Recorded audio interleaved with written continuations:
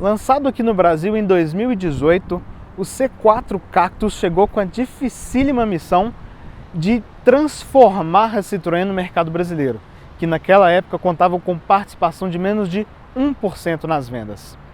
4 anos se passaram, a crítica reconheceu os bons atributos do C4 Cactus, mas o mercado não tanto assim.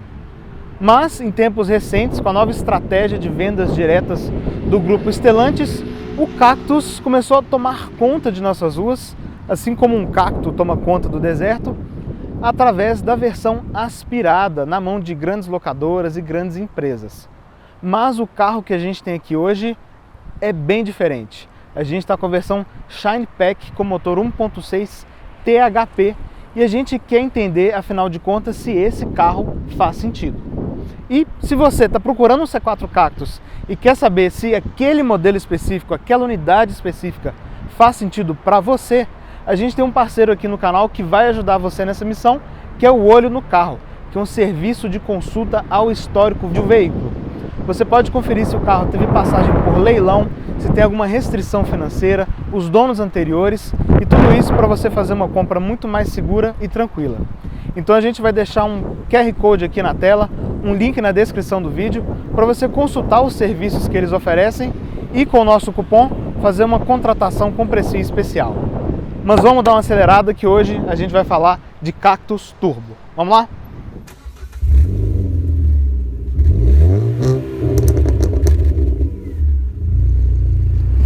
A primeira geração do C4 Cactus foi lançada na Europa em 2014, já há 8 anos, e foi descontinuada por lá em 2020. Porém, nesse meio tempo aí, o C4 Cactus saiu de um carro com um visual um pouco mais ousado, baseado em conceitos que a Citroën apresentou desde 2007, com os air bumps nas laterais, que eram grandes almofadas recheadas de ar para proteger a porta, traseira parcialmente escurecida, um visual bem polêmico mesmo, para essa segunda geração, que não passa de um facelift, que foi lançada em 2018 na Europa e 2018 aqui no Brasil, que é exatamente esse carro que a gente tem hoje. Como eu comentei, em 2020 ele deixou de ser fabricado na Europa, na época ele era fabricado na Espanha, nesse período, e hoje ele é fabricado só aqui no Brasil, que é um carro focado no mercado latino-americano. Então ele é exportado para todos os nossos vizinhos aqui de continente. E bem, aqui nessa segunda versão a gente tem um visual bem menos ousado, Então as lanternas cresceram, a dianteira também mudou um pouquinho e aqui para o Brasil ele recebeu todo um tratamento SUV. Na Europa ele sempre foi um hatch médio. As medidas, como a gente vai ver daqui a pouquinho, entregam essa característica. E ele é um carro da plataforma PF1, ou seja, a mesma plataforma do C3 de primeira e segunda geração, do C3 Picasso, C3 Aircross, do 208 de primeira geração, e inclusive é uma plataforma que era parcialmente utilizada pelo primeiro Peugeot 206 lá do final dos anos 90, assim como o Citroën Saxo, que era um carrinho muito interessante que a gente não recebeu aqui no Brasil. E isso faz prever um bom compartilhamento de componentes mecânicos aqui que visam trazer uma robustez maior de suspensão, uma facilidade maior de reposição de peças, que sempre foi um ponto crítico na história da Citroën aqui no Brasil. Cara de hatch médio, mas com um pouquinho de SUV. É isso que o C4 Cactus é, no final das contas. Afinal de contas, aqui a gente tem um carro de 4,16 metros de comprimento, 2,60 metros de entre-eixos, 1,56 metro de altura com esses racks. Ele é 8 centímetros mais alto do que o C4 Cactus europeu, quando ele existia, 1,71 metro de largura sem os retrovisores.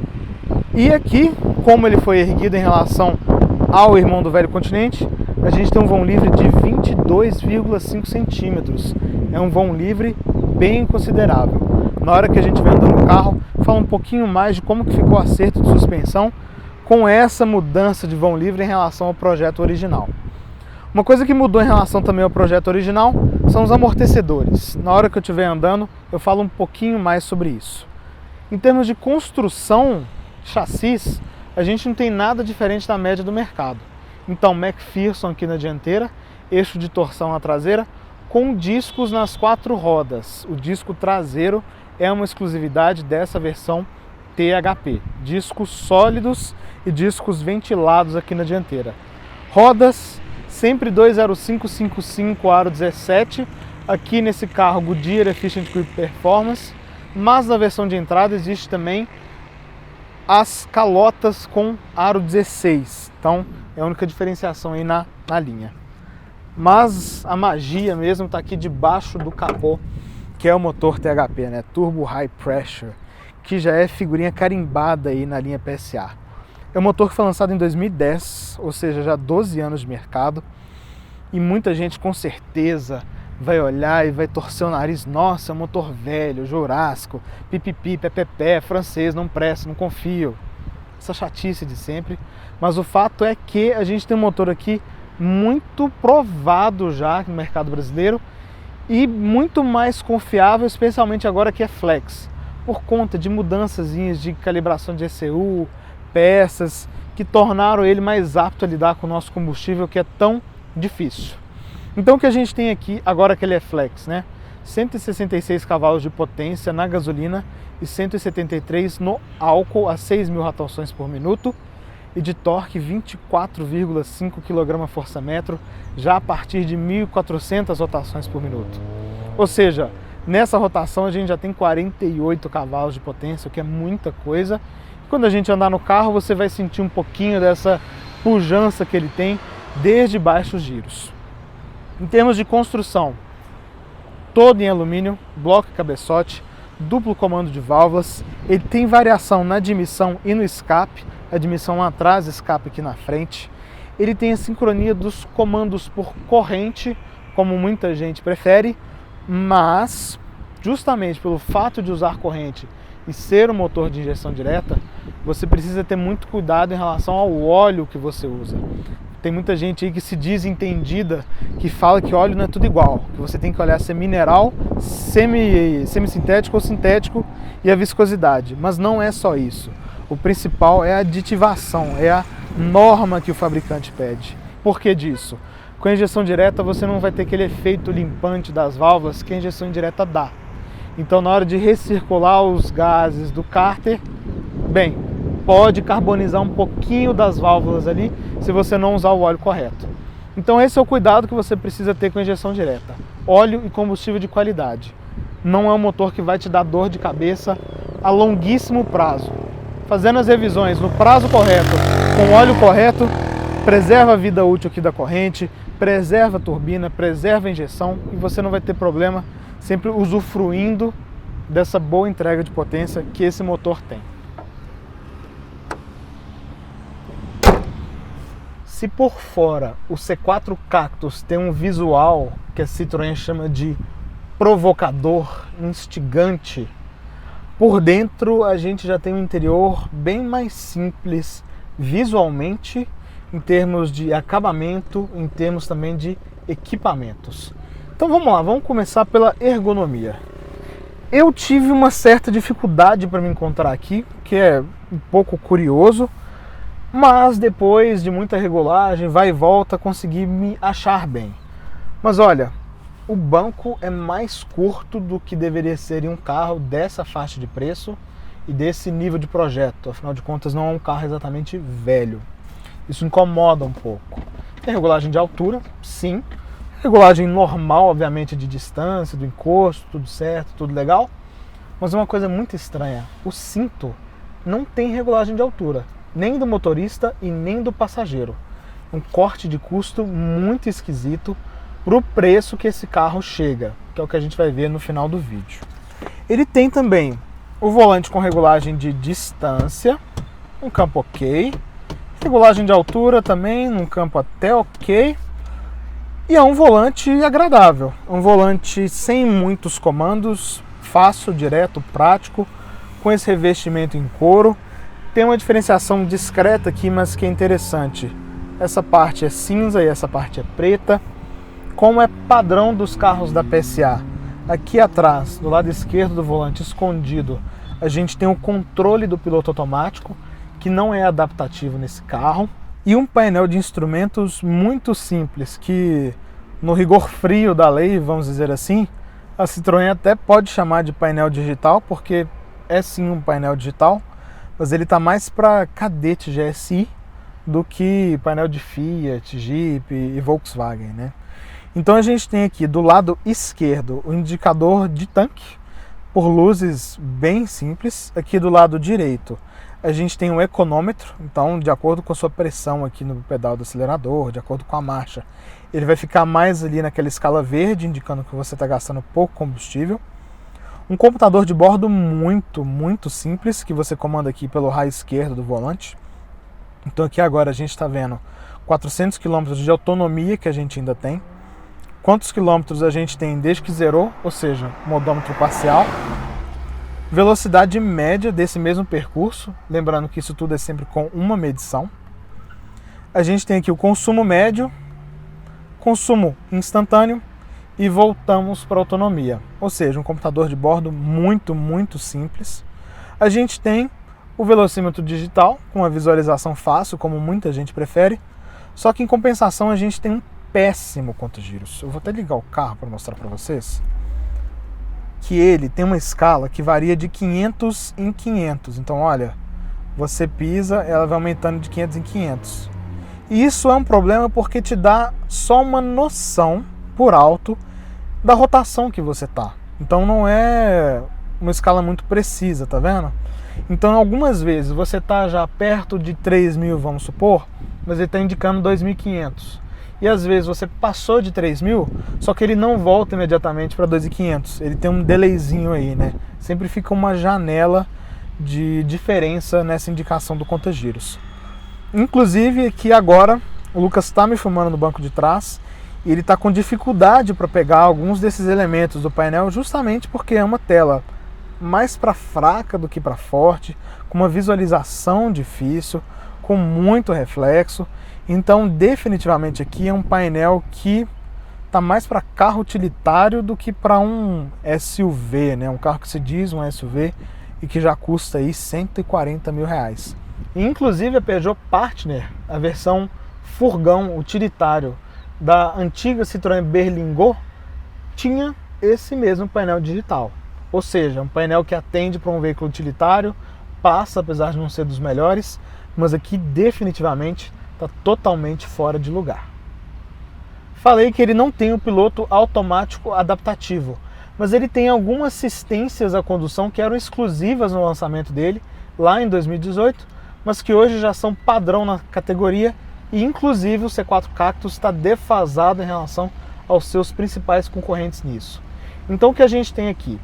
A gente tem uma câmera aqui, perdão, um radar, ou é uma câmera? Enfim, um dos dois aqui no para-brisa que monitora o tráfego à frente, te dá um alerta de possível colisão, e se você não atuar, ele freia automaticamente, ele já tem esse recurso. Ele tem um monitoramento de faixa sem ação no volante, ele só dá um apito. Inclusive, esses alertas surgem aqui na central multimídia, com uma luzinha bem discreta aqui no painel. Ele tem um monitor de estilo de direção para alertar em caso de fadiga, ou seja necessário uma pausa, e é só isso. Não é um carro muito sofisticado em termos de assistência à direção. E aqui também uma central multimídia mais simples do que a de seus concorrentes diretos. Então o que a gente tem? Um rádio de 7 polegadas, tem espelhamento com fio para Android Auto e Apple CarPlay, a entrada fica junto da tela, não é a melhor das posições, mas a gente tem um espaço aqui diante do câmbio que fica ok para você guardar o seu celular ainda. O que eu não gosto muito aqui dessa tela, ela fica mais baixa do que o painel de instrumentos, então você precisa tirar um pouco da sua atenção do painel ou da estrada ou da rua, né, para você ver a tela, isso não é muito legal. Profundidade de preto não é das melhores, brilho não é dos melhores, mas o que mais me incomoda é que a gente tem uma concentração de comandos nessa tela. Então a gente tem alguns atalhos de ar-condicionado aqui embaixo, mas eles são atalhos. Então se você quiser fazer uma regulagem diferente do ar-condicionado, você precisa sair do que você está, vir para o atalho, abrir a tela, muda aqui de acordo com o que você quer. e aí você volta para outra função que você estava. Então vamos supor que fosse o espelhamento. Você precisa vir em menu e aqui em espelhamento, que no caso está telefone, né? Mas seria o espelhamento com o celular conectado. Ou a música, ou a navegação, ou seja lá o que você queira ver. Então isso aqui não é um ponto positivo, isso aqui incomoda em uso normal. O que eu acho que é muito estranho também, olha, a gente tem aplicações, conectividade, né, como vocês podem ver, apps do veículo, computador de bordo, trajeto 1 e trajeto 2. Olha quantos comandos você precisa dar até chegar nessas telas aqui, que tem informações básicas de consumo, né, e velocidade média. Então definitivamente não é algo muito legal. A gente tem o ajuste de volume aqui, mas ele também funciona aqui. Isso é um ponto positivo, né? E visualmente é um interior que fica pobre sem esses comandos do ar-condicionado, né? Então nessa versão THP, a gente até tem um botão Start-Stop aqui, a gente tem essa tomada 12 volts, que as outras versões também tem, e o seletor de modo de tração. Mas não deixa de ser algo com uma aparência bem pobre, bem vazia mesmo, né? E acaba que a pegada toda do Cactus vai nessa linha, com um acabamento bem simples de modo geral e a ausência de muitos itens hoje corriqueiros de comodidade. Então vamos começar falando aqui de acabamento. Plástico duro, para aqueles que gostam de apertar painel. Isso aqui inclusive me lembra muito os carros mais antigos da Citroën, né? Essa parte aqui me lembra Berlingo, se eu não me engano, acho que tinha esse mesmo nicho. E uma exclusividade da versão Shine Pack THP, essa face levemente soft touch aqui no painel.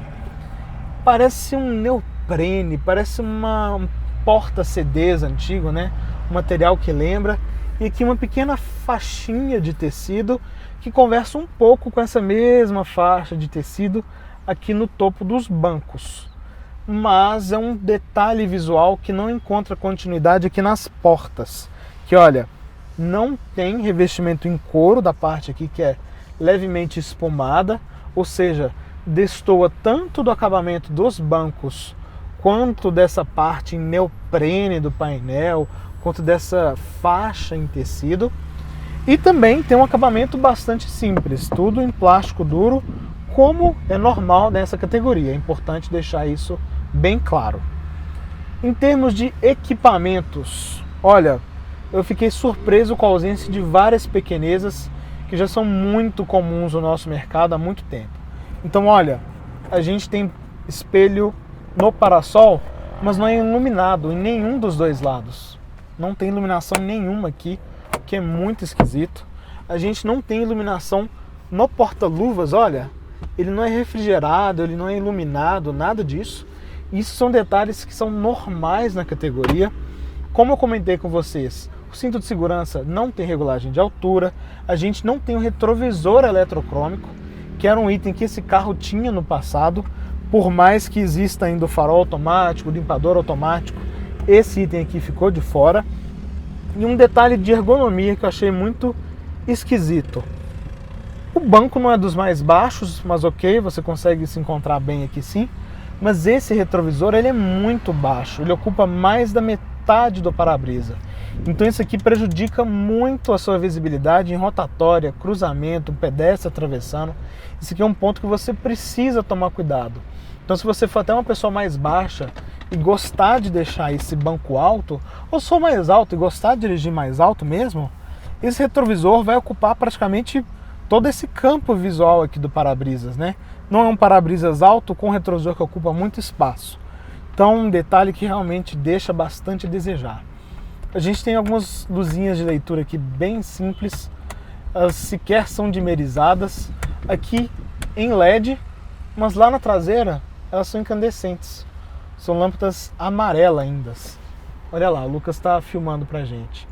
Então são diversos detalhes, uma falta de percepção, de carinho mesmo, horas de engenharia em vários pontos aqui dentro que deixam um gostinho de que esse carro está muito abaixo da concorrência, equipamentos, comodidade e ambiente interno de maneira geral. E aqui atrás essa saga continua. Então olha, mesmo padrão de acabamento, a porta que tem um enxerto em tecido, que não conversa com nenhum revestimento do banco, mas a gente tem um espaço ok.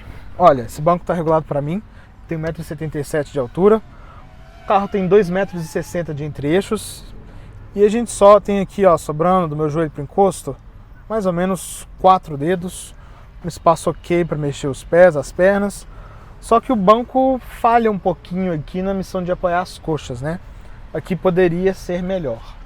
Espaço para a cabeça é ok, tá ok mesmo, bem ok, sobra um pouquinho aqui, uns 2 dedos aqui do topo da minha cabeça, mas chama atenção também a ausência de qualquer porta-objetos, tomada 12 volts, tomada USB ou saída de ar para quem vai aqui atrás. Então olha, a gente tem só o suporte do apoio de braço, né, o baúzinho do apoio de braço dianteiro, que não chega a incomodar muito quem vai aqui, apesar desse túnel central bem alto, mas é um apoio de braço também que não ajuda muito quem vai na frente, porque ele não é regulável. Ele é fixo e fica bem recuado, além de ser um baúzinho bem estreito. Então acho que faltou um pouquinho de carinho em termos de porta-objetos aqui no Cactus. E como a lei obriga, né, 3 apoios de cabeça, 3 cintos de segurança, a gente tem um Isofix para cadeirinha, a gente tem pequenos ganchos aqui para colocar roupa, né? A gente não tem o PQP como muita gente gosta, não tem nesse carro, só esse gancho. E bem, aqui atrás não tem muito o que falar. Repete o padrão de acabamento lá da frente, repete essa sensação de pobreza lá da frente, mas o espaço é ok. Para fazer uma viagem longa aqui, não vai ser um carro desconfortável, por mais que exista essa ressalva em relação ao apoio das coxas. Se espaço traseiro não é um ponto negativo no Cactus, a gente não pode dizer o mesmo do porta-malas, que aqui tem apenas 320 litros de capacidade. Então, visualmente e perceptivelmente, é um porta-malas bem pequeno. Inclusive, parece até menor do que o do Renegade, que tem uma medida bem parecida. Mas isso é bem reflexo do tipo de carroceria, né? É uma carroceria mais de hatch do que de SUV. E aqui a gente tem uma base bem alta. Olha, uma base bem alta mesmo. Então, se você tem algum item pesado para colocar ou para tirar, você precisa fazer um certo esforço. Mas tem gente que gosta dessa característica de baú. Eu pessoalmente gosto, acho que é bom para deixar as malas apoiadas aqui, mas é um ponto que você precisa considerar.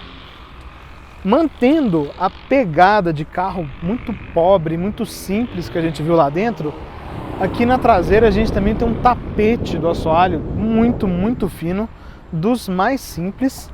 Acho que da última vez que eu vi um simples assim foi no Yaris, né? O Yaris era bem mais simples, aqui ainda é ok, mas a gente tem o step por dentro e por baixo da carroceria, né? O que deixa o step sempre limpo e evita furtos. Aqui pelo menos a gente tem luz de cortesia, que a gente não tem lá no porta-luvas. A gente tem essa parte aqui revestida, por mais que a parte logo abaixo seja direto na chapa, o que é um pouco estranho. Aqui tudo revestido também, com um puxador. Um detalhe interessante, né? A gente tem no carro inteiro essas referências aos air bumps. Então olha, que a gente tem 1, 2, 3, 4, 5 colunas de 3, né? Emulando os air bumps que existiam na carroceria na primeira geração do carro. E uma coisa que é bem peculiar, ele tem a câmera traseira, não tem o sensor de ré, é mais uma ausência lastimável, mas a câmera, olha, ela não está centralizada. Então você manobrando precisa ter cuidado para sua referência não ficar distorcida, porque ela está mais para o lado do passageiro do que centralizada. Então é um ponto aí de atenção.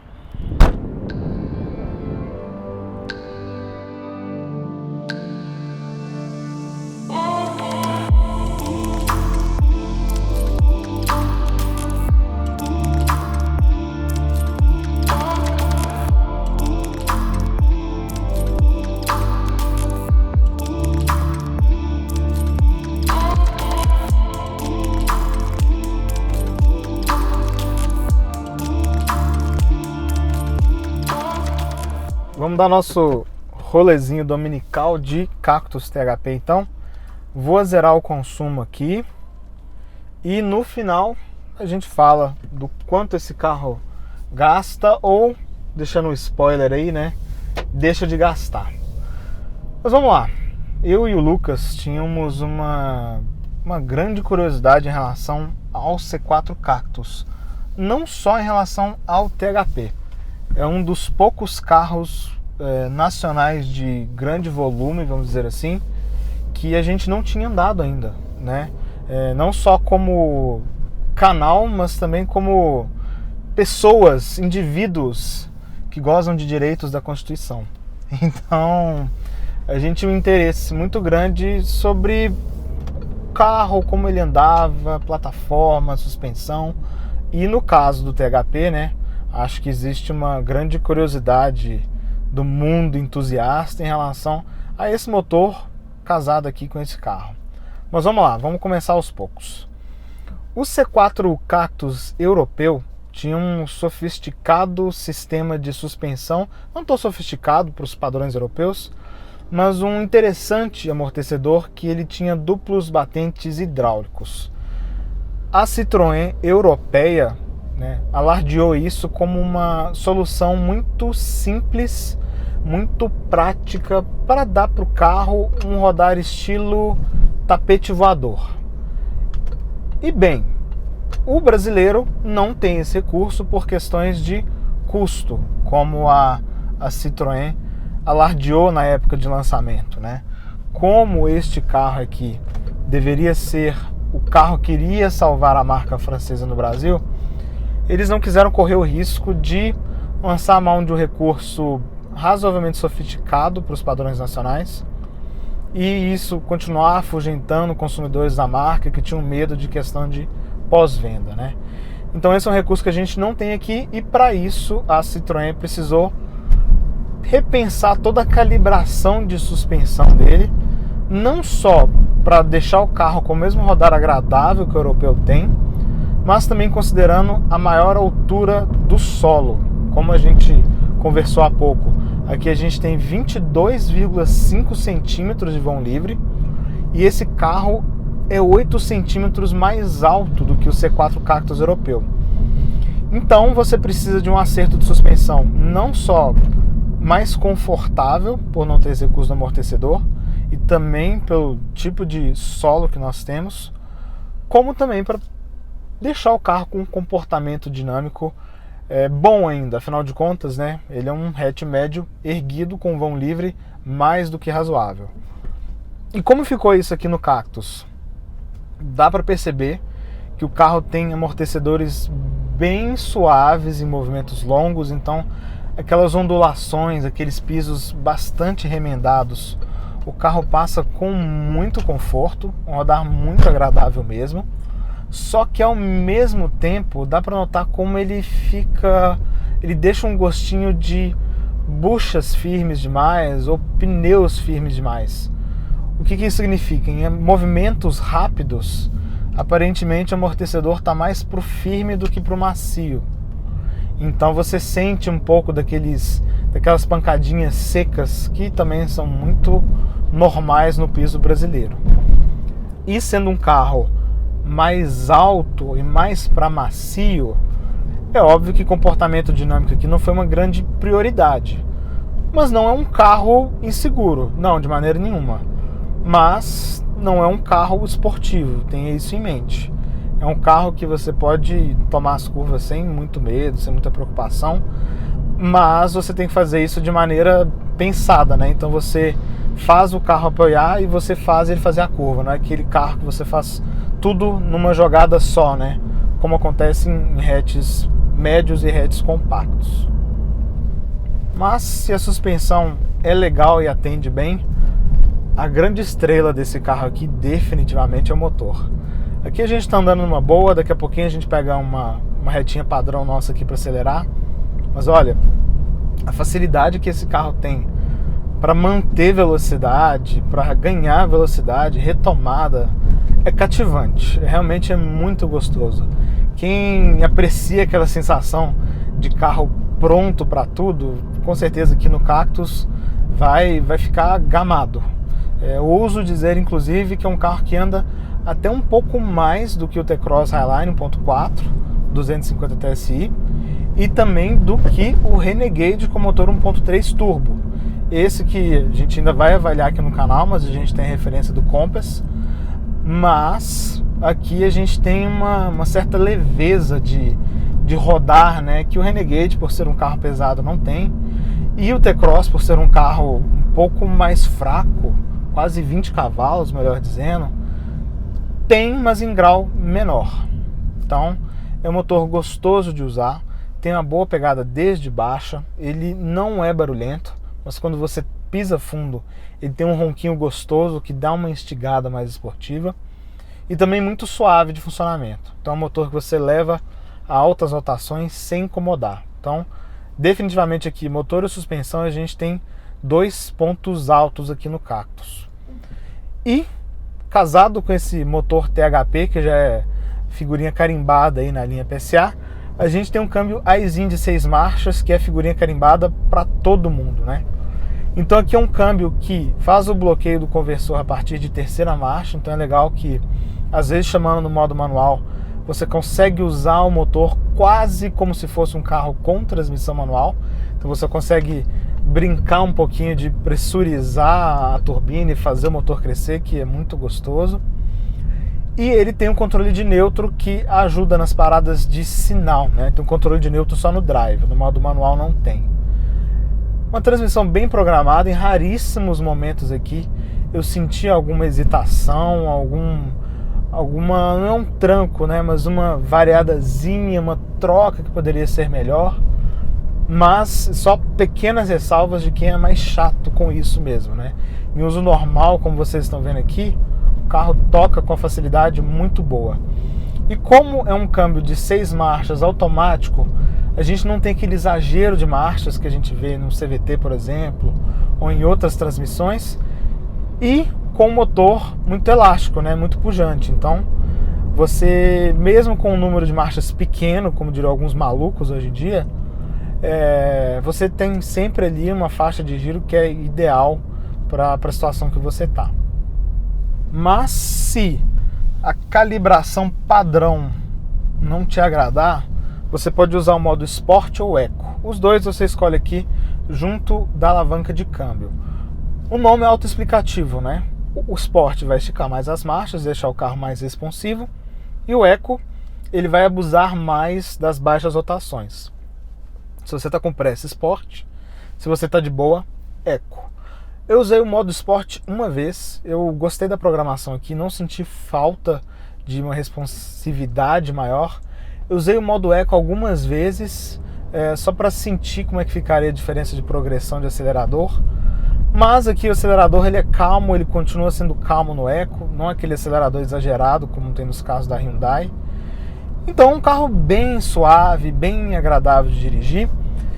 E aqui, nessa calibração de ECU e câmbio, o THP está muito mais dócil do que em outros carros que a gente já andou no passado, como o 308 THP, o C4 Lounge THP, o DS3, que é um carro de proposta esportiva, né?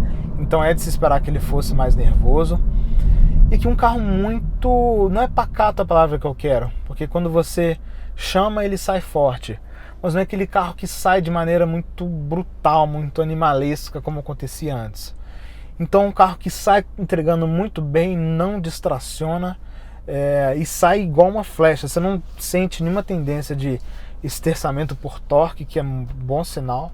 É sinal de que fizeram bem a conta ali das semi-árvores para não puxar para nenhum dos lados. Então realmente aqui o motor THP puxa o carro forte, mas puxa o carro de uma maneira com muita classe. Eu acho que a palavra que eu quero é essa, classe. Um carro que anda bem, mas com brio, né? Não é aquele carro fora de controle que incomoda e vai ser desagradável aí em uso urbano. A direção muito suave, muito agradável, ganha um peso muito legal em velocidade, inclusive agora 50 já está com um pezinho bacana. Ela tem uma centragem bacana, não é daquelas, tá vendo? O carro até volta um pouquinho bem, uma centragem mais positiva, legal, não fica aquela coisa cansativa como o Nissan Kicks, por exemplo. Muito leve em manobra, peso de um dedo, olha, é verdadeiramente impressionante, especialmente considerando que aqui o pneu é largo, 205. Ponto positivo para essa direção também. O freio, ok, discos nas 4 rodas, como eu comentei. O pedal de freio poderia ter uma progressividade um pouquinho melhor, mas atende bem. Não senti falta de poder de frenagem aqui, só uma curvinha um pouquinho irregular de assistência no pedal. E aí você vai falar, nossa Davi, você está sendo muito longo, o Lucas já puxou minha orelha aqui umas 3 vezes. Mas sabe por quê? Porque não tem mais nada para falar desse carro. Nada. É um carro muito agradável de dirigir, mas é um carro muito pobre de interior, como eu comentei com vocês enquanto eu estava apresentando, né, o carro estaticamente. E aí, bem, muito bom para quem dirige, especialmente se você for um entusiasta, mas fica aquela sensação de precisava existir.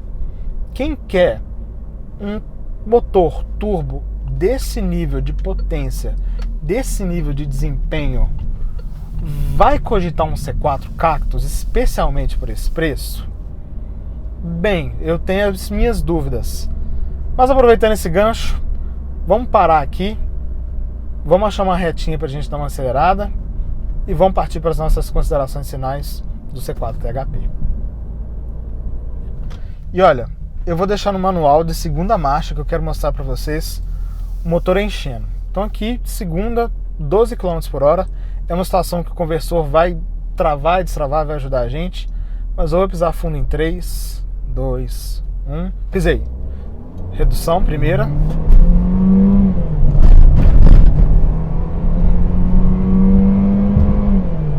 Olha,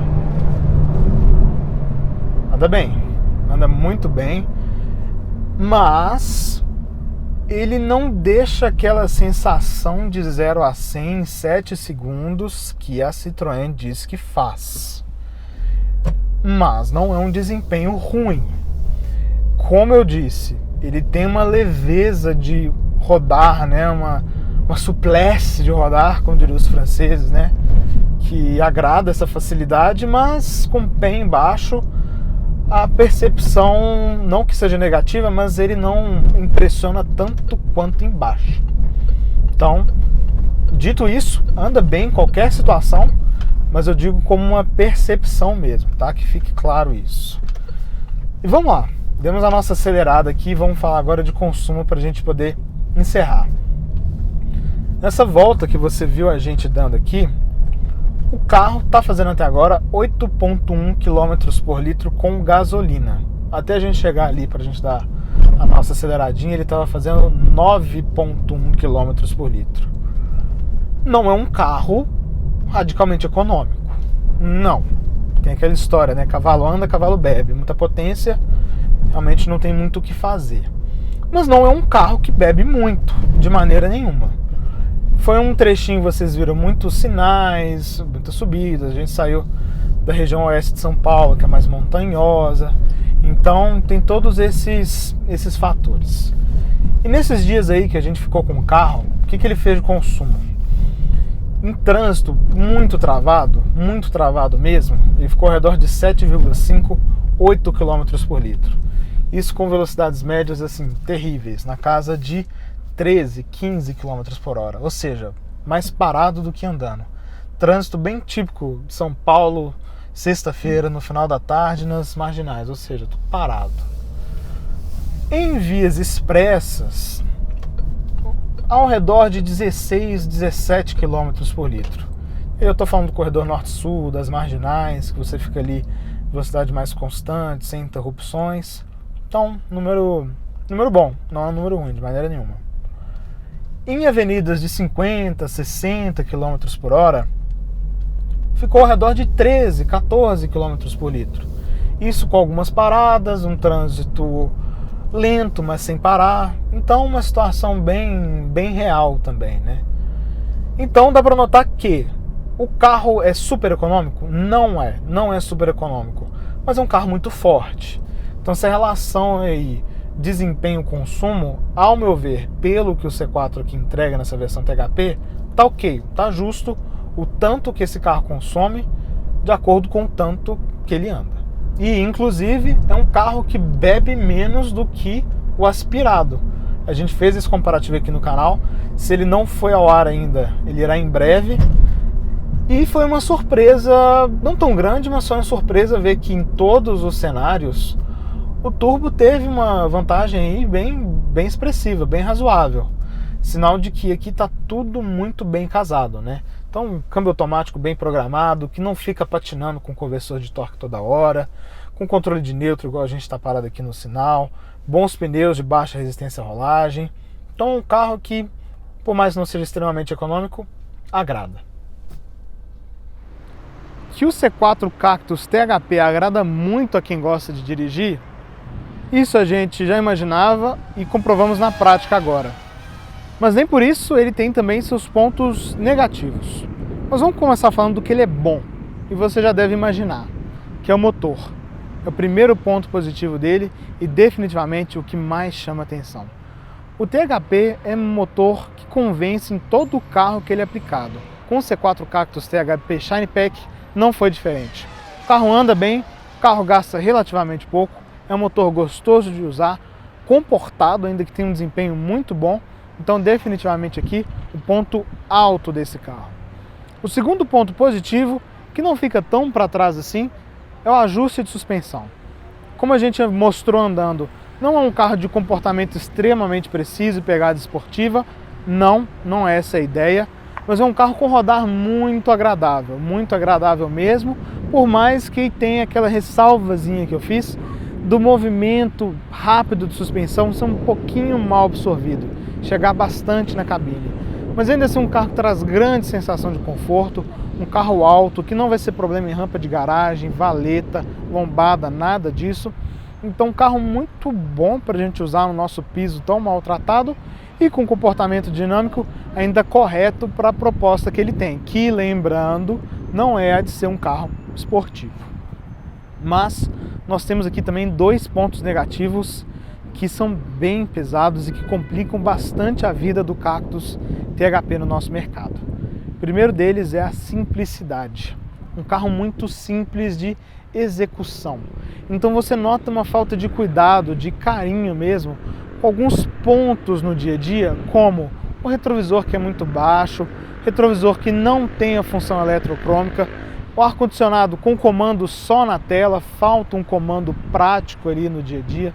O carro não tem carregador por indução, espelhamento da central multimídia sem fio. Ele deixa a desejar nessas pequenas comodidades do dia a dia e na execução de modo geral, o que inclusive me leva ao segundo ponto negativo, que é o custo-benefício.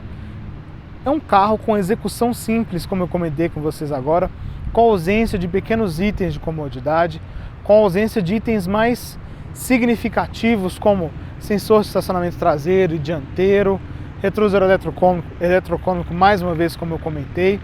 Então fica aquele gostinho de que falta algo para justificar a etiqueta de R$140 mil, que é o valor desse carro agora em 29 de maio de 2022. É um carro que não é tão caro quanto os SUVs mais tradicionais, vamos dizer assim, como o Renegade Longitude a 147 mil e o T-Cross Comfortline a 149 mil, mas que deixa muito a desejar quando a gente olha para os concorrentes de porte mais parecido dele, como Nivus e Pulse, que nas versões topo de linha, na faixa dos 130, 135 mil reais, e deixam de lado um motor tão forte como esse, mas entregam muito mais em equipamentos e conectividade. E voltando lá à pergunta do começo do vídeo, o C4 Cactus THP é um carro que faz sentido? Olha, o C4 Cactus é um carro um pouco mais difícil de convencer. Mas se você quer mesmo o C4 Cactus, faz sentido você abrir mão de tantos itens de comodidade, de construção, como a gente viu aqui, para levar o motor THP? Você precisa de desempenho acima de tudo? Ok, talvez, olhando por esse lado, o C4 THP se justifique. Mas para o público amplo, para o comprador comum, que já encontra na concorrência outros bons carros com bom desempenho, bons equipamentos e bom nível de projeto, o C4 Cactus parece muito defasado, ele parece muito desconectado dessa categoria.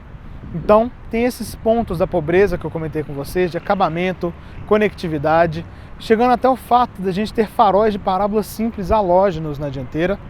E tudo isso você abre mão para levar o belíssimo motor THP. É uma conclusão um pouco, como é que eu vou dizer, dura, porque a gente tinha uma expectativa razoável em cima desse carro. Mas o fato é que, nesses 4 anos que se passaram, a concorrência se renovou muito, a Citroën não trabalhou aqui no C4 Cactus, e bem, não sei exatamente ainda o que vai acontecer agora que a marca está debaixo do guarda-chuva da Stellantis. Mas o fato é que é um carro que não vende muito e infelizmente é justificado, por mais que tenha ótimas características que agradam ao motorista mais entusiasta. E bem, assim encerramos a nossa avaliação do C4 Cactus Shine Pack THP 2022. Em breve a gente vai trazer aqui no canal o comparativo entre este carro e a versão aspirada, isso se já não tiver saído aqui, e também a avaliação exclusiva da versão com motor 1.6 aspirado. Mas até lá, deixe aqui nos comentários suas dúvidas, suas impressões, suas experiências com o C4 Cactus, se você tiver alguma, e a gente se vê no próximo vídeo aqui no Drive On. Até lá, pessoal!